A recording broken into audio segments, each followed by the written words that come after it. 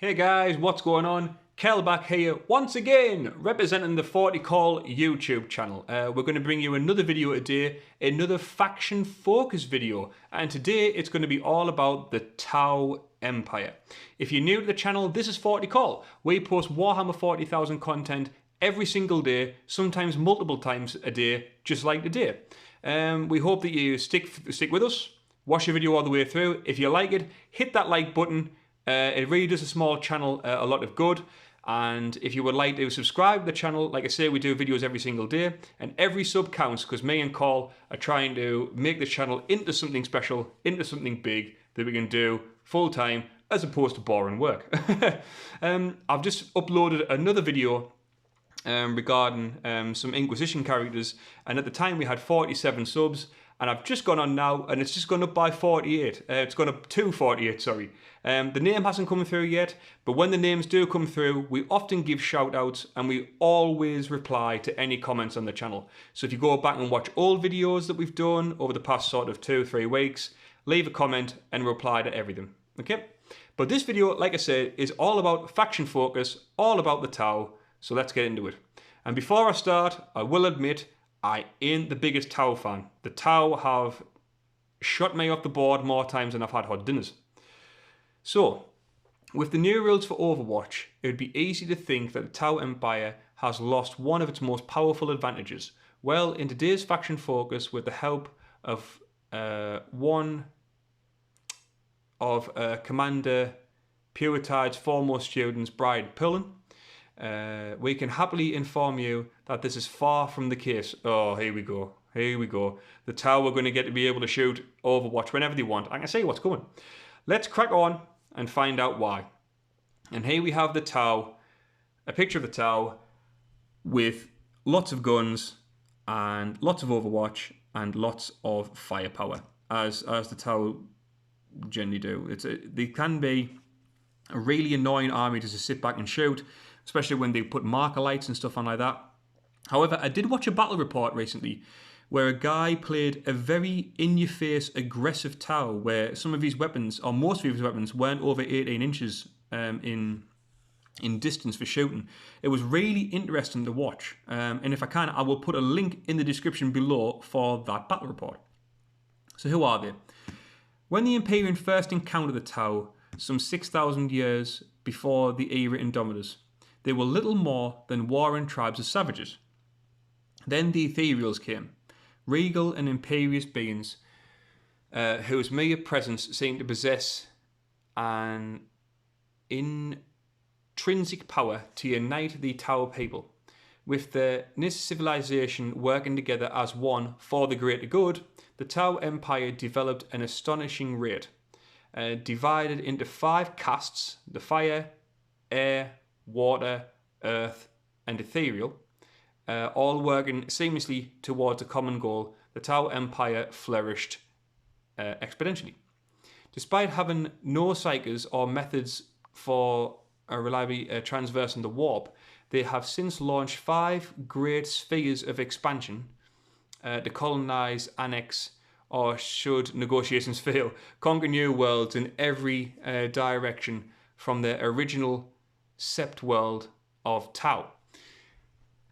Though many races have aggressively opposed the Tau Empire rapid expansion, there are many species such as the Kroot and Vespin who have found common cause with the ideals of the greater good and readily fight alongside the Firecast warriors as auxiliaries.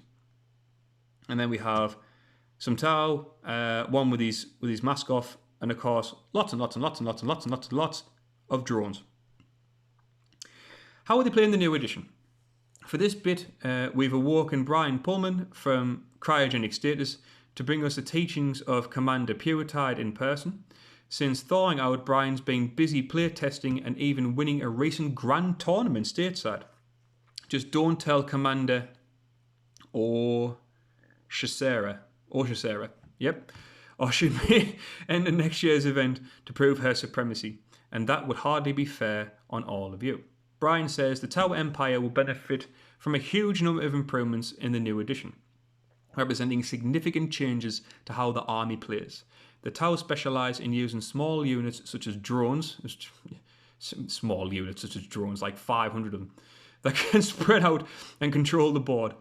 In many mission formats, these small units would push the Tau Empire force by easily giving away victory points.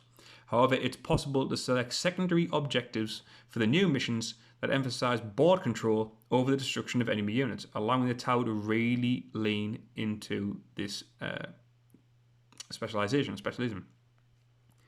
And then we've got the Tau going up against, what we got there? Some Imperial Guard with things like Riptides, Crisis Suits, drones, ethereals, all kinds. I feel sorry for those guardsmen because they're going to get absolutely annihilated. One of the most painful things that Tau face in the current edition are units that inflict multiple penalties to hit rolls, such as -2 or -3 to hit. Armies like Chaos and Eldari have long been tough matchups for the Tau when utilising these tactics. In the new edition, there is a cap, so no units can suffer a modifier of more than -1 to hit. Okay, so you can still make your firepower count. And this must be something out the new rules or the rulebook or something, I'm not sure. If an attack is made with a weapon that has the ability that says it automatically hits its targets, no hit roll is made. That attack simply scores 1 hit on the target unit. And a modified roll of 6, an unmodified hit roll of 6, always scores a hit. And an unmodified hit roll of 1 always fails. A hit roll can never be modified by more than -1 or +1. This means that if after the cumulative modifiers to a hit roll have been calculated, the total modifier would be -2 or worse. It is changed to be -1. Similarly, if after all the cumulative modifiers to hit roll have been calculated, the total modifier will be +2 or better. It is changed to be +1. Okay, that's interesting. So normally where you could stack hits and stuff like that, it doesn't seem you can do that in the new edition. The largest challenge for the Tau Empire in the new edition is to change the fly keyword. It no longer offers units the ability to fall back and shoot, which means you need to put extra effort into screening enemy charges and preventing your critical shooting units from being engaged in combat. Thankfully, screening is about to become more effective. You can now also look at new kinds of screening units like Crute, since you can now escape even when you're surrounded with the Desperate Breakout for 2 CP. Use a stratagem in your movement phase. Select one unit from your army that has not been selected to move this phase and which is in engagement range with at least one enemy unit. Roll 1d6 for each model in that unit. For each result of 1, the model in that unit of your choice is destroyed. Assuming that unit was not destroyed, it can now attempt to fall back. And when doing so, its models can be moved across enemy models and as if they were not there. Any model in that unit that ends its fallback move within engagement range of enemy units is destroyed. Assuming the unit is not destroyed, it cannot do anything else this turn, i.e. it can't attempt to manifest any psychic powers, it can't shoot, declare a charge, be selected to fight, etc. Even if it has a rule that will allow it to do so after falling back. So it's basically to get your models out of close combat. They can't do anything, but everything else can, to shoot into that unit, which is really cool. The other way to prevent units from charging you is with the threat of Overwatch. The Tau are still the undisputed masters here. Unlike other armies that need to use a stratagem to Overwatch, the entire Tau army can do so for free. Oh, that's sickening. That's absolutely sickening. And they can use their updated for the greater good ability to offer support fire just like they currently do. Enemies will still need to think twice about charging the Tau Empire gunline. So this must be from the rulebook or a codex from page 89 for the greater good. Change to read. Each time an enemy unit declares a charge against this unit can fire Overwatch before the charge roll is made, as before. While a friendly unit with this ability is within 6 inches of this unit, each time an enemy unit declares a charge against this unit, the friendly unit can fire Overwatch before the charge roll is made. If it does so until the end of the phase, the friendly unit cannot fire Overwatch again. Okay, so it's basically for the greater good.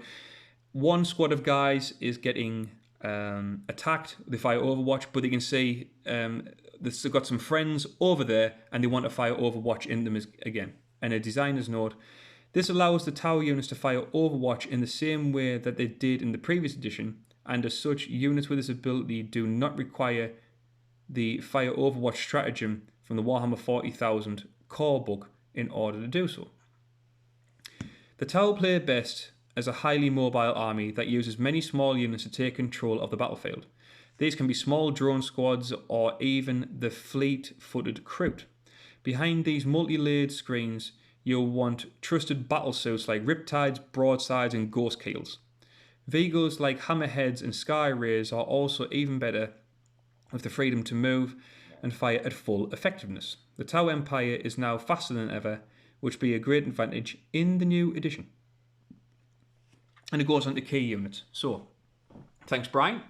Here's a selection of Tau Empire units that we reckon are set to be or remain strong choices in the new edition, along with a few hints and tips how to use them. And we've got Tau Commanders. So this must be a commander unit. It's very well painted, mind, I give them that. The detail that can go into some of the Tau. I play with a guy called Frank, who has a Tau army and some very dodgy dice. But yeah, Tau, Frank's army is very good. It's very well painted, and he does very well with them. He's beaten me a lot, but we shan't talk about that. These guys are pure awesomeness, and every Tau Empire detachment is going to want one. Commanders are very flexible and can basically be built to order with many war gear and weapon options. For further flexibility, they also have the Master of War ability, letting you choose between Kayun, I think that's pronounced, and Montkar styles of warfare, depending on the foe. In fact, you may want to consider spending some command points to fill an additional detachment to include a second commander, as the tower can normally only include one per detachment. Next we have a Cadre Fireblade. Yet again, really well painted. Hate the tower faces, I've got to say. If I was a tower player, I'd put a helmet on that straight away. But yeah, cool looking model, and let's see what they can do. If you were looking to make the most of a devastating firepower with your fire warriors, you simply can't leave your Sept world without a Cadre Fireblade to support them. Not only is he a dead-eye marksman, but he grants an extra shot to nearby fire warrior units. Of course, this also applies to their Overwatch fire too, meaning that to charge any of them is to face a murderous volley from every unit in the vicinity. Okay. And we have Volley Fire.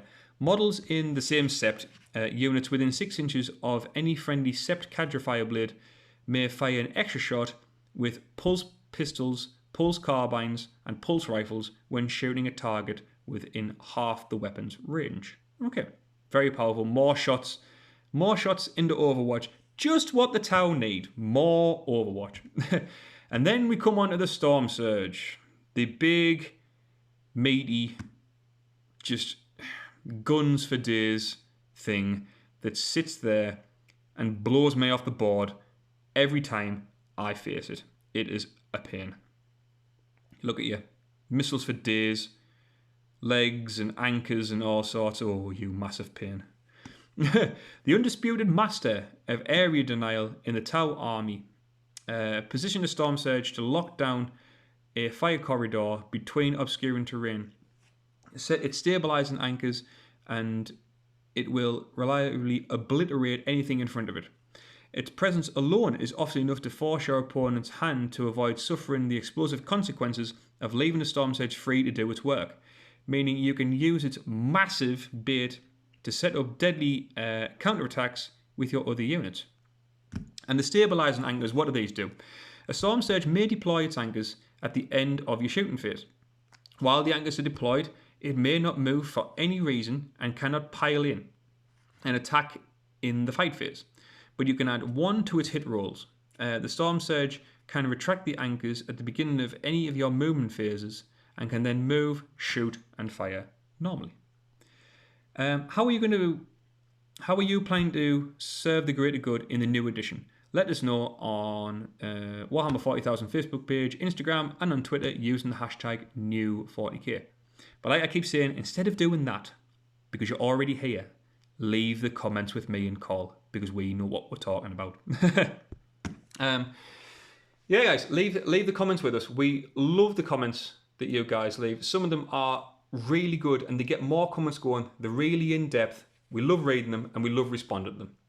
If you watch the video all the way to the end, and this is your first time with 40k, hit that like button, hit that subscribe button, and get more content like this every single day, because we love Warhammer 40k, and we love putting out videos just like this one. And if your name comes up once you're subscribed, and as long as YouTube tells me your name, because YouTube seems to be a massive pain in the rear for not doing this, we will give you a shout out on the video as soon as we say your name, guys. Okay? But that's going to be it. Let us know what you think. Any Tau players out there looking forward to 9th edition, looking forward to more shots in Overwatch? Anyone out there not looking forward to playing the Tau whatsoever, like me? But let us know. Leave some comments. That's going to be it, guys. This is Kel, signing out for 40k, saying stay safe, look after each other, and until next time, guys, we'll see you later.